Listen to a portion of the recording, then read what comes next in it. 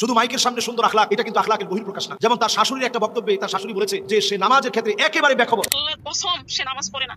আমি অবাক হয়ে যাই, মাগরিবের রক্ত সে দেই টান টান হয়ে ঘুমাইতেছে, কি ব্যাপার? তারপরে সেই এশা রক্ত ওইটা তিন রক্ত 4 রক্ত করবো, কোনোদিন আবার ফজরের রক্ত ওইটা 3 রক্ত 4 রক্ত করবো। সারা দিন কুমিরের মতো ঘুমাইবো, সারা রাত্রি মোবাইল নিয়ে বসে থাকবো। আমি আমার মেয়ের সাথে ঘেউ ঘেউ ঘেউ ঘেউ করবো, অমুকরে ভালোবাসি, তমুকরে ভালোবাসি, তুমি একটু আমাকে বিয়ে করায় দাও, তুমি আমাকে একটু বিয়ে করায় দাও।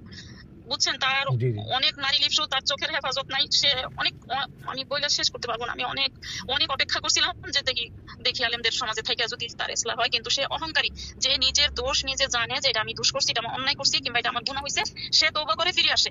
কিন্তু সে যা করে সে মনে করে এটাই ঠিক। যদি আজকে এই বিষয়ে আমি কথা না বলি, আপনি কথা না বলেন, অনেকে মনে করবেন যে একজন আলেম, তার ব্যাপারে কথা যদি বলি তাহলে আলেম সমাজের উপরে কথা আসবে। কামালউদ্দিন জাফরি হাফিজাহুল্লাহ, উনি মাহফিলে ছিল, গভীর রাত করে মাহফিলে গিয়েছে। আমি নিজে মাহফিলে ছিলাম, 3 জায়গায় তার সাথে মাহফিল নিয়েছি, তাকে পাইনি। গভীর রাতে মাহফিলে গিয়েছে, কারণ পুরো টাকা না দিলে সে মাহফিলে যাবে না। কাপাসিয়াতে আমি সেখানে 5 বার মাহফিলে গিয়েছি। সে এলাকার মানুষ আমাকে বলেছে যে ইচ্ছে মতো এসে, সময় গময় নাই, এসে জুমার নামাজ পড়াতো। জাতি কার কাছ থেকে কথা নিবে? পুরো জাতির কাছে একটা প্রশ্ন হয়ে দাঁড়িয়েছে। আমরা যাদের কথা শুনে নিজেদের মধ্যে আমরা পরিবর্তন আনি, এমন ব্যক্তিবর্গের পদস্খলনে অনেক সময় আমরা জাতিগতভাবে প্রশ্নবিদ্ধ হই যে তাহলে আমরা শুনবো কার কাছ থেকে? আমরা দেখেছি যে আবু তহা আদনানকে নিয়ে যে বিষয়গুলো নিয়ে বারবার প্রশ্ন আসছে, এবং কথাটা বলা আমি দায়িত্ব বলে মনে করছি। জনাব আবু তহা আদনান বাংলাদেশের সুপরিচিত দিন প্রচারকদের মধ্যে তিনি একজন, যারা দিনের কথা বলেন তাদের মধ্যে একজন, দাঈ ইলাল্লাহ। যদিও তিনি মাদ্রাসায় পড়েছেন, মাদ্রাসায় পড়ুয়া, কোনো আলেম নন। আলেম বলতে যা বোঝানো হয় বাংলাদেশে, এই সিস্টেমেটিক পদ্ধতিতে তিনি গড়ে ওঠা কোনো আলেম না। জেনারেল থেকে আসা, হঠাৎ করে ঘুম হয়ে যাওয়া, এবং চমকপ্রদ আখিরুজ জামান, শেষ জামানার গল্প, যা নবীজি সাল্লাল্লাহু আলাইহি সাল্লাম বলেছেন, যে কথাগুলো আলী রাহমাতুল্লাহি আলাইহির একজন মেয়ে রানা কুরবান আলী বাংলাদেশের অত্যন্ত প্রথিতযশা একজন আলেম ছিলেন, যার 36টা প্রতিষ্ঠান রয়েছে। এবং আমি কাপাসিয়াতে ওনাদের বাড়ির মাহফিলে 5 বার আমি গিয়েছি। আমি দেখেছি তার প্রত্যেকটা ভাই, জনাব আবু তহা আদনান সাহেবের স্ত্রীর প্রত্যেকটা ভাই অনেক ভালো ভালো আলেম, মাদ্রাসার খিদমতে আছেন, মসজিদের খতিব হিসেবে আছেন, সবাই ইলমের সাথে লেগে আছে।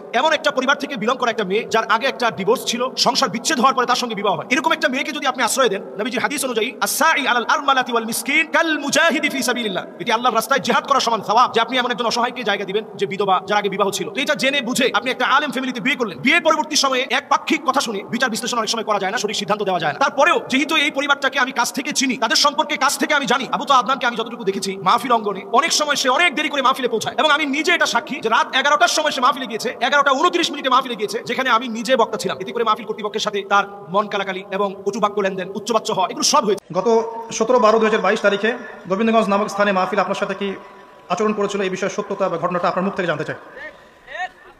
সুবহানাল্লাহ। আচ্ছা, উত্তর দিচ্ছি ইনশাআল্লাহ।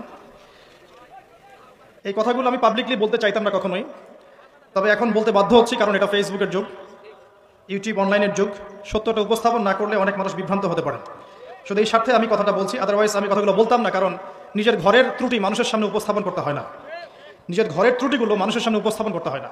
ওয়াজ মাহফিল করতে এসে এমন অনেক তিক্ত অভিজ্ঞতার সম্মুখীন হতে হয়েছে যেগুলো আপনারা কখনো কল্পনাও করতে পারবেন না। আমি ঘরের ত্রুটি মানুষের সামনে বলতে চাইতাম না কখনোই, কিন্তু এখন কিছু কিছু ঘটনাকে কেন্দ্র করে এগুলো বলতে বাধ্য হচ্ছে। না বললে মানুষের সামনে প্রকৃত সত্যটা উপস্থাপিত হবে না। আর কতদিন চুপ করে থাকবে? ওয়াজ মাহফিলে গিয়ে এমনও হয়েছে যে আমাদের এবং আমাদের টিমের পুরো সিকিউরিটি এবং যাতায়াতের কথা বলে আমাদেরকে খালি হাতে বিদায় করেছে। এমন বহু মাহফিল হয়েছে, এমন অনেক মাহফিল হয়েছে। মাহফিল শেষ করে গাড়িতে এসে বসেছি, বসার সাথে সাথে মাহফিল কমিটির কোনো খবর নাই, শেষ, ফোন নাম্বার বন্ধ। এমন অনেক মাহফিল হয়েছে রাত 2টা-2:30টার দিকে তাদের মনের মতো বক্তব্য না দিতে পারায় বা সেই অপরাধে রাত 2টা-2:30টার দিকে মাঝ রাস্তায় নামিয়ে দিয়ে চলে গেছে আমাদেরকে। এমনও হয়েছে যে আমি যে মাহফিলের পোস্টারে আমার নাম আছে আমি নিজেই জানি না, অথচ আমার নামে 1.5-2 মাস থেকে টাকা কালেকশন করা হয়েছে। এমন হয়েছে যে একজন মাহফিল নিয়েছে আমার নামে, নিয়ে মাহফিল কমিটির কাছে কিছু টাকা অগ্রিম নিয়েছে, প্রচার করেছে আমি টাকা নিয়ে নিয়েছি।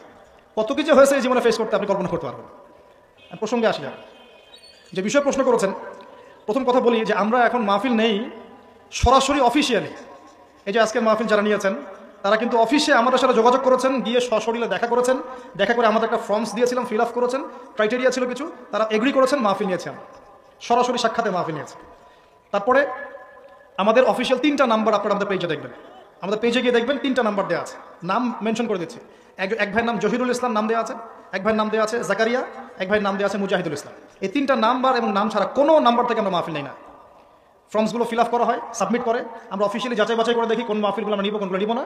তারপরে আমরা কন্ট্যাক্ট করি তাদের সাথে যে ভাই আপনার মাহফিল আমরা নিয়েছি, আপনার মাহফিলের বাকি প্রসেসগুলো আপনি ফিল আপ করেন, সিকিউরিটি দেন, পুলিশ প্রশাসনের নিরাপত্তা দেন, থানা থেকে কাগজ নিয়ে আসেন, আমরা যাতায়াতের বিষয়গুলো দেখেন, এরপর এগুলো আমরা ফিক্স করি। এত সহজে মাহফিল নেই না। আর এই ঘটনা যেটা, যে আমাদের নামে মাহফিল নেওয়া হয়েছে আমরা সেটা জানি না। সেদিন মাহফিল আমার রাতের বেলা, যে তারিখের কথা বলেছেন এই তারিখে রাতে আমার মাহফিল বগুড়ায়, 17 থেকে কথা বলছি।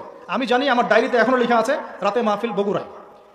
তারপরে শুনলাম কিছু দিনী ভাইয়ের মাধ্যমে যে ভাই গোবিন্দগঞ্জ এলাকায় আপনার নামে একটা মাহফিল অ্যারেঞ্জ করা হয়েছে এবং আপনার নামে প্রচুর টাকা পয়সাও তোলা হয়েছে। আমি বললাম কে মাহফিল নিয়েছে, কার মাধ্যমে?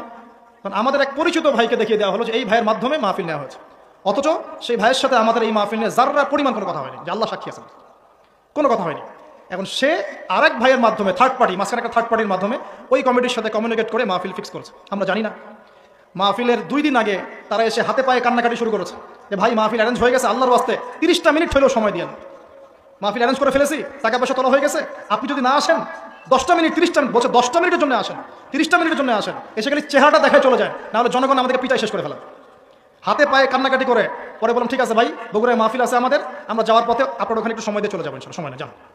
যদিও এই প্রসেস আমরা মাহফিল কখনো নেই না, তারপরেও নিয়েছি।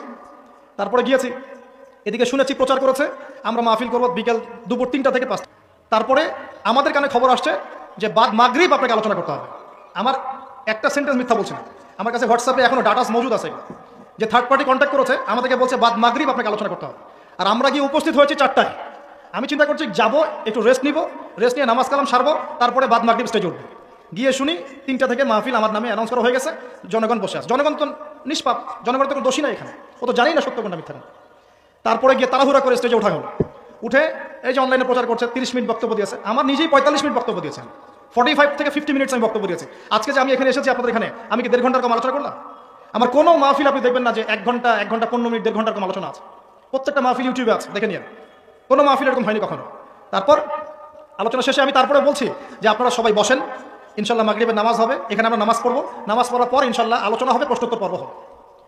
এর মধ্যে শুনলাম আমাদের ইউটিউবারে যে ভাইরা, যে ভাই যে সামনে এখনো বসে আছে, এই ভাই সহ আমার ইউটিউবের প্রায় 8 থেকে 10 জন সদস্য আছে। 8 থেকে 10 জনের কোনো সদস্যকে তারা এখানে বসতে দেয় নাই এবং এই ক্যামেরা সেট করতে দেয় নাই। বরং 2 জন ভাইকে গলায় ছুরি ধরেছে, ক্যামেরা সেট করা যাবে না, ওদেরকে জিজ্ঞাসা করে দেখেন, ওরা সাক্ষী নিয়ে দেখেন। ক্যামেরা ছুরি ধরেছে, গলায় ছুরি ধরে এই যে ক্যামেরা সেট করা যাবে না। একজনকে গলায় ফাঁস পেটিয়ে এদিকে নিয়ে গেছে, মানে পুরোটা আগে থেকেই পরিকল্পনা করা ছিল যে কিছু একটা হবে আর কি। ক্যামেরা বসতে দিচ্ছে না কেন? এই যে ক্যামেরা রেকর্ড আছে, আজকে আমি যা বলছি, যে আলোচনা করেছি, তো সেদিন ক্যামেরা কেন বসাতে দিল না? ইউটিউবারদের ক্যামেরা কেন বসাতে দিল না? ক্যামেরা থাকতো দেখতো মানুষ কি হচ্ছে। ক্যামেরা ভাঙচুর করা হয়েছে, ক্যামেরা বসাতে দেওয়া হয়নি। আলোচনা করেছি, আলোচনা পরে বললাম বসেন, চলে আসবে। এরপরে এই যে ছেলেটাকে আপনারা দেখেছেন ভিডিওর মধ্যে, এই ছেলে তার ক্যাডার বাহিনীকে নিয়ে, এবং তার একটা শেল্টার ছিল, একটা পলিটিক্যাল শেল্টার, সে এসে পুরো স্টেজে উঠে যাচ্ছে তাই বিহেভ করেছে আমাদের সাথে। কথাবার্তা সিরি এমন যে আপনাদেরকে টাকা দিয়ে নিয়ে আসি, ভাড়া দিয়ে নিয়ে আসি, যতক্ষণ বলবো ততক্ষণ আলোচনা করতে হবে, 2 ঘন্টা আলোচনা করতে হবে। এইসব কথা শোনার পর কোনো আলেম বসে থাকতে পারে? কোনো আলেমের ব্যক্তিত্ব গায়রত থাকলে সে কি বসে থাকতে পারবে এখানে? আমি তখন বললাম যে কত টাকা দিয়েছেন আপনি? ভিডিও দেখেন। সে বলছে আপনার ওই যে এই মাধ্যমে প্রোগ্রাম নিয়েছে, ওকে 20,000 দিয়েছে। অথচ ওই মাধ্যমের ওই ব্যক্তি যাকে বলা হচ্ছে আব্দুল আলিম নাকি নাম, তাকে আমি চিনি না, জানি না সে কি আমি জানি না সেটা। তারপর তাকে বললাম নিয়ে আসেন, সামনে নিয়ে আসেন, যত টাকা নিয়েছেন ফেরত দেন। আমার এসব অপমান হওয়ার কোনো প্রয়োজন নাই, প্রয়োজন টাকা পয়সা হাদিয়া তো সব নিয়ে যান, মাহফিল করার দরকার নাই। জনগণ দেখলো যে একটা হট্টগোল শুরু হয়েছে, অডিয়েন্স সবাই আমাদের পক্ষে ছিল, অডিয়েন্স সবাই আমাকে নিয়ে আলহামদুলিল্লাহ সিকিউরিটিতে গাড়িতে উঠে গেছে। আর আমার সাথে যে ছিল এক ছেলে মুজাহিদ, এই ছেলে আর আরো 2 ভাই ক্যামেরাম্যান, সবগুলোকে তারা বেধর পিটিয়েছে, দেখেছেন ভিডিওতে কি করেছে, এবং ক্যামেরা ভাঙচুর করেছে। ক্যাশ টাকা 50,000, 50,000 টাকা মুখের কথা নাকি, উল্টা 36,000 টাকা আমাদের ছিনতাই করেছে।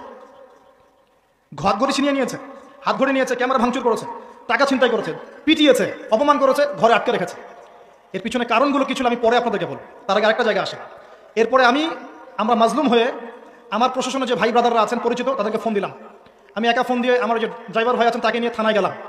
গিয়ে সেখানে গিয়ে আমি আমাদের পক্ষ থেকে একটা মামলা দায়ের করলাম। আমাদের প্রশাসনের র্যাব এবং পুলিশের যে ভাইরা আছেন তারা সিকিউরিটি দিয়ে আমাদের ভাইদেরকে ছাড়িয়ে নিয়ে আসলো। আসার পর আমরা ইউটিউবার ভাইরা সবাই মিলে থানায় বসে আছি, এই যে ভাইরা এখনো বসে আছে। তারপরে আমরা বললাম যে এর বিপক্ষে ব্যবস্থা নিতে হবে। আমরা একটা মামলা দায়ের করলাম। আশ্চর্যের বিষয় হচ্ছে, মামলা দায়ের করার ঠিক পরেই তার পরের দিন 2টা ভিডিও চলে আসলো, একটা জাগো নিউজ, একটা যে 24। সেখানে আপনারা দেখতে পারবেন ভিকটিম আমরা, মাজলুম আমরা, মার খেলাম আমরা, সাক্ষ্য নেওয়া হচ্ছে আসামি সাক্ষী দিচ্ছে কি হয়েছে কি হয় নাই। একটা ন্যাশনাল নিউজ যদি প্রচার করতে চান, আপনাকে পক্ষে বিপক্ষের কথা নিতে হবে না? একটা ন্যাশনাল নিউজ প্রচার করবেন, তাহলে বাদী বিবাদী উভয়ের কথা শুনতে হবে না? যার নামে মামলা করেছি সে দাঁড়িয়ে বলছে যে জনগণ নাকি আমাদেরকে পিটিয়েছে, ও নাকি আমাদেরকে গাড়িতে তুলে দিয়েছে। অথচ ভিডিওটি স্পষ্ট দেখা যাচ্ছে ওই ছেলে আমার ছোট ভাইকে টানা হেঁচড়া করছে, গায়ে হাত তুলছে, ভিডিও স্পষ্ট দেখা যাচ্ছে। এই হলুদ সাংবাদিকতা, টোটালি হলুদ সাংবাদিকতা। যারা ভিকটিম হলো তাদের বিরুদ্ধে ওরা এই সাংবাদিকতা করলো, আর যারা জালেম তাদের পক্ষ নিয়ে সাংবাদিকতা করলো। এর পিছনে কি উদ্দেশ্য? উদ্দেশ্য হচ্ছে 1 নম্বর ওয়াজ মাহফিলকে বিতর্কিত করা, নাম্বার 1। 1 নম্বর উদ্দেশ্য ওয়াজ মাহফিলের যে চলমান সিলসিলা বাংলার মাটিতে চলছে, এই চলমান সিলসিলাকে বিতর্কিত করা একটা প্রধান উদ্দেশ্য 1 নম্বর। 2 নম্বর, ওয়াজ মাহফিলে যেসব বক্তাদের মাহফিলে বেশি মানুষ আসে, এই বক্তাদেরকে জাতির সামনে এই বিতর্কিত করে উপস্থাপন করা। 2 নম্বর। 3 নম্বর, আপনি যদি একজন বক্তা বা আলেমকে বিতর্কিত করতে চান, 2টা ইস্যু লাগবে আপনার। 1, নারী কেলেঙ্কারি, 2, অর্থের কেলেঙ্কারি। মারও খেলাম আমরা, জুলুমের শিকার হলাম আমরা, আর উল্টা আমাদেরকে টাকার মতো ছোট্ট একটা বিষয়কে কেন্দ্র করে আমাদেরকে জাতির সামনে অপমানিত করা হচ্ছে। কত টাকা নেবেন? টাকার জন্য যদি আমরা মাহফিল করতাম, আজকে 10 তলা বাড়ি থাকতো। একদিনে চাইলে আমি 10টা মাহফিল করতে পারতাম। টাকার জন্য যদি আমরা কাজ করতাম, দিনের কাজ, তাহলে আমার নামে শত শত বিঘা জমি থাকতো। আমি আল্লাহর বান্দা, আল্লাহর জমিনে বেঁচে আছি কারাগারের জীবনে। আমার 100 কোনো জমি নাই পৃথিবীতে এখন, 100 কোনো। আল্লাহর কসম করে বলতেছে, আমার 2-2টা পরিবার ভাড়া থাকি আমরা। প্রত্যেক মাসে ভাড়ার টাকা গুনতে হয় আমাদেরকে। টাকা পয়সা দিয়ে মাহফিল কিনে নিয়েছে। এই যে মাহফিল করতে এখানে এসেছি, কমিটিকে জিজ্ঞাসা করে দেখেন আমরা কোনো চাপ দিয়েছি কিনা। আমরা কেন বলবো যে আমাদেরকে 20 দিতে হবে, 30 দিতে হবে? কমিটি আমাদেরকে বলে, ভাই কত হলে আপনি আসতে পারবেন, আপনার যাতায়াত খরচ কত হলে আপনি আসতে পারবেন, তারাই তো আমাদেরকে বলে। আমরা কেন বলতে যাবো? আর তাদের যাতায়াতের কষ্ট আছে না, এই কস্টিংগুলো দেখবে না তারা? এখানে সবচেয়ে ন্যাক্কারজনক হচ্ছে যে মার খেয়েছে, যে জুলুমের শিকার হয়েছে, তাদের বিরুদ্ধে সাংবাদিকরা কলম ধরেছে। আশ্চর্য। অথচ একটা ন্যাশনাল নিউজ করতে হলে, কিছু প্রচার করতে হলে পক্ষে বিপক্ষে দুজনের কথা শুনতে হবে কিনা? আপনি যারা মারলো তাদেরকে গিয়ে বলছেন কেন মেরেছেন, আর যারা মার খেলো ওদেরকে কিছুই বললেন না। আমাদের নাম্বার ফেসবুকে available, WhatsApp number available, phone করে তো বলতে পারতেন যে ভাই আসলে কি হয়েছিল ঘটনা। তার মানে বোঝা যায় এর পিছনে একটা গভীর ষড়যন্ত্র আছে। ষড়যন্ত্র 1 নম্বর, আলেম ওলামাদের অবস্থা কিন্তু দেশে ভালো নয়। ষড়যন্ত্র 1 নম্বর হচ্ছে হকপন্থী আলেম ওলামাদেরকে সমাজ থেকে মাইনাস করে দেওয়া একটা উদ্দেশ্য, 1। 2 নম্বর, ওয়াজ মাহফিলকে বিতর্কিত করা একটা উদ্দেশ্য। 3 নম্বর, যেসব বক্তাদের ওয়াজ মাহফিলে বেশি মানুষ আসছে, জনগণ শুনছে, আমল করছে, ইসলামের একটা ফ্লো সৃষ্টি হচ্ছে, এই মানুষদেরকে সমাজে বিতর্কিত করে দেওয়া। এবং এই কাজগুলোর মধ্য দিয়ে কারা তাদের এজেন্ডা বাস্তবায়ন করছে আপনারা খুব ভালো করে খেয়াল করে নেবেন। আর কিছু আছে চিলে কান নিল টাইপের মানুষ, যা দেখবে অনলাইনে, যা আসবে দেদারসে প্রচার করা শুরু করবে। তুমি যে ফেসবুকে ইউটিউবিং করছো, কখনো কি আমাকে জিজ্ঞেস করেছিল, আমাদেরকে জিজ্ঞেস করেছিল ভাই কি হয়েছে আপনাদের সাথে? তুমি এক পক্ষের কথা শুনে গালিগালাজ করছো, চরিত্র নিয়ে কথা বলছো, টাকার কেলেঙ্কারি দিচ্ছ। তোমাদের জন্য 2টা নসিহত করে শেষ করবো, জাস্ট 2টা। 1, নবী সাল্লাল্লাহু আলাইহি ওয়াসাল্লাম বলেছেন, কাফা বিল মারই কাযিবান ওয়া হুয়া ইয়াকুলু কুল্লামা সামিআ। কোন ব্যক্তি মিথ্যাবাদী হওয়ার জন্য এতটুকুই যথেষ্ট যে সে যা শুনবে যাচাই বাছাই না করে তা প্রচার করা শুরু করবে। 1। 2 নম্বর, রাসূল সাল্লাল্লাহু আলাইহি ওয়াসাল্লামকে আল্লাহ পাক বলেছেন, ইয়া আইয়ুহাল্লাযীনা আমানু, হে মুমিনগণ, আপনারা খুব ভালো করে শোনেন, ইন জাআকুম ফাসিকুম বিনাবাইন ফাতাবায়ানু। কোন ফাসিক, পাপাচারী, কোন ফাসিক যদি কোনো সংবাদ নিয়ে আসে, সেটা বিশ্বাস করার আগে অবশ্যই যাচাই বাছাই করে নিও। না হলে তুসিবু কওমান বিজাহালা ওয়া তুসবিহু আলা মা ফাআলতুম নাদিমিন। না হলে তোমরা অজ্ঞতাবশত এমন পদক্ষেপ নিয়ে ফেলবে যার ফলশ্রুতিতে তোমাদেরকে অনুতপ্ত হতে হবে। আর সবচেয়ে কষ্ট পেয়েছি আমি এখানে, কিছু আলেম ওলামাও এর পক্ষে সাফাই গাওয়া শুরু করেছে। আমি এই জায়গায় কষ্ট পেয়েছি। শোনেন, আজকে মজা নিচ্ছেন, ট্রল করছেন, করেন, এটা আপনার দিকেও আসবে ইনশাআল্লাহ, দেখে নিন। কারণ এটা শুধু আমাকে উদ্দেশ্য করা নয়, এর উদ্দেশ্য হচ্ছে পুরো ওয়াজ মাহফিল এবং আলেম ওলামা এবং পুরো কমিউনিটিকে বিতর্কিত করা। আপনার উচিত ছিল নিজের ভাইয়ের পাশে এসে দাঁড়ানো, আপনি উল্টা মজা নিয়েছেন।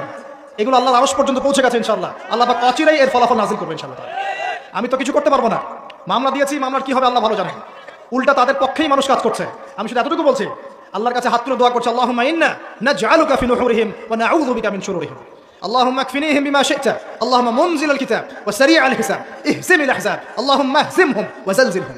এই দোয়ার অর্থ যারা বুঝবেন জেনে নিয়েন যে আমি কি দোয়াটা করছি। আমি আল্লাহর কাছে দোয়া করছি, আল্লাহ পাক সত্যের পক্ষে থাকেন, মিথ্যার বিপক্ষে থাকেন। এখানে ইসলামের বদনাম হয়েছে, আলেমের বদনাম হয়েছে, এবং আল্লাহর দ্বীনের দায়ীদের গায়ে আঘাত এসেছে, ইউটিউবারদেরকে আঘাত করা হয়েছে, এবং মিথ্যা প্রপাগান্ডা চালিয়ে চরিত্র হনন করা হয়েছে। আল্লাহর কাছে দোয়া করছি, আল্লাহ পাক যেন একাই এই জালেমদের বিরুদ্ধে আমাদের পক্ষে যথেষ্ট হয়ে যান ইনশাআল্লাহ। আমরা দোয়া করছি আল্লাহ পাক যেন এদের এবং আমাদের মাঝখানে ফয়সালাকারী হিসেবে আল্লাহ পাকই যথেষ্ট থাকেন ইনশাআল্লাহ। আল্লাহুম্মা মুনজিলাল কিতাব, আল্লাহ পাক কিতাব নাজিলকারী, সারিআল হিসাব, দ্রুত হিসাব গ্রহণকারী, ইহজিমিল আহজাব, এই জালেমদের এই দলটাকে আল্লাহ পাক ভেঙে দিবেন ইনশাআল্লাহ। আল্লাহুম্মা যালজিলহুম, আল্লাহুম্মা ইহজিমহুম ওয়া যালজিলহুম। আল্লাহ পাক এদেরকে বিধ্বস্ত করবেন, এদের পাগুলোকে ভূমিকম্পের মতো কাঁপিয়ে দিবেন ইনশাআল্লাহ তাআলা। নবী সাল্লাল্লাহু আলাইহি ওয়াসাল্লাম, লাস্ট কথা, নবী সাল্লাল্লাহু আলাইহি ওয়াসাল্লামের উপর অত্যাচার আসলে তিনি 2 রকম সুন্নাত দেখিয়েছেন। 1, তিনি মাফ করে দিয়েছেন। যদি ওরা ক্ষমা চাইতো আমি মাফ করে দিতাম, যদি ক্ষমা চাইতো আল্লাহর কসম মাফ করে দিতাম। ক্ষমা না চেয়ে উল্টা তারা মিথ্যা প্রপাগান্ডা চালিয়েছে, এর কোনো মাফ নাই ইনশাআল্লাহ। আল্লাহ রাসূল একটা সুন্নাত, তিনি বদদুয়া করেছেন, হাত তুলে তুলে বদদুয়া করেছেন, আল্লাহ অমুককে দেখে নিও, তমুককে দেখে নিও, তমুককে দেখে নিও। আজকে আমি মাজলুম, আমরা মাজলুম, শুধু সেই বদদুয়া আল্লাহর কাছে করছি। অচিরেই দেখে নেবেন তাদের কি পরিণত হয় ইনশাআল্লাহ। আমরা কিচ্ছু করবো না, কিচ্ছু বলবো না, আল্লাহর পক্ষ থেকে কি ফয়সালা হয় খালি দেখে নিন ইনশাআল্লাহ। কারণ আল্লাহর দ্বীনের শত্রুতা করে, দ্বীনের দায়ীদের সাথে, আলেমদের সাথে শত্রুতা করে কোনো জালেম, কোনো ফেরাউন, নমরুদ এই দুনিয়াতে টিকতে পারে নাই, আগামীতেও পারবেন ইনশাআল্লাহ তাআলা। আর কিছু বলার মতো মন মানসিকতা আমার নাই। আপনাদের কাছে দোয়া করবো, আপনাদের জন্য দোয়া করবো, অনুরোধ করবো যে আল্লাহর ওয়াস্তে এই বিভ্রান্তির যুগে, এক পেশায় মনোভাব রাখবেন না, সত্য মিথ্যা যাচাই করবেন, তারপরে আপনি বিশ্বাস করবেন ইনশাআল্লাহ তাআলা। আর বিশ্বাস করবেন আল্লাহর পথে দায়ী আলেম মুহাদ্দিস মুফতিরা কোনোদিনও দিনের অকল্যাণে কোনো কাজ করে না ইনশাআল্লাহ। আল্লাহ রাব্বুল আলামিন আমাদের সবাইকে পবিত্র কোরআন এবং সহিহ হাদিসগুলো অনুযায়ী আমল করার তৌফিক দান করুন, নবীর সুন্নাহগুলো মেনে চলার তৌফিক দান করুন, এবং আমাদের মাঝে যত ইখতিলাফ আল্লাহ পাক দূর করে দিন, এবং দৃশ্যমান অদৃশ্যমান সমস্ত রকম ইসলামের শত্রু থেকে আল্লাহ পাক আমাদেরকে হেফাজত করুন, আমিন।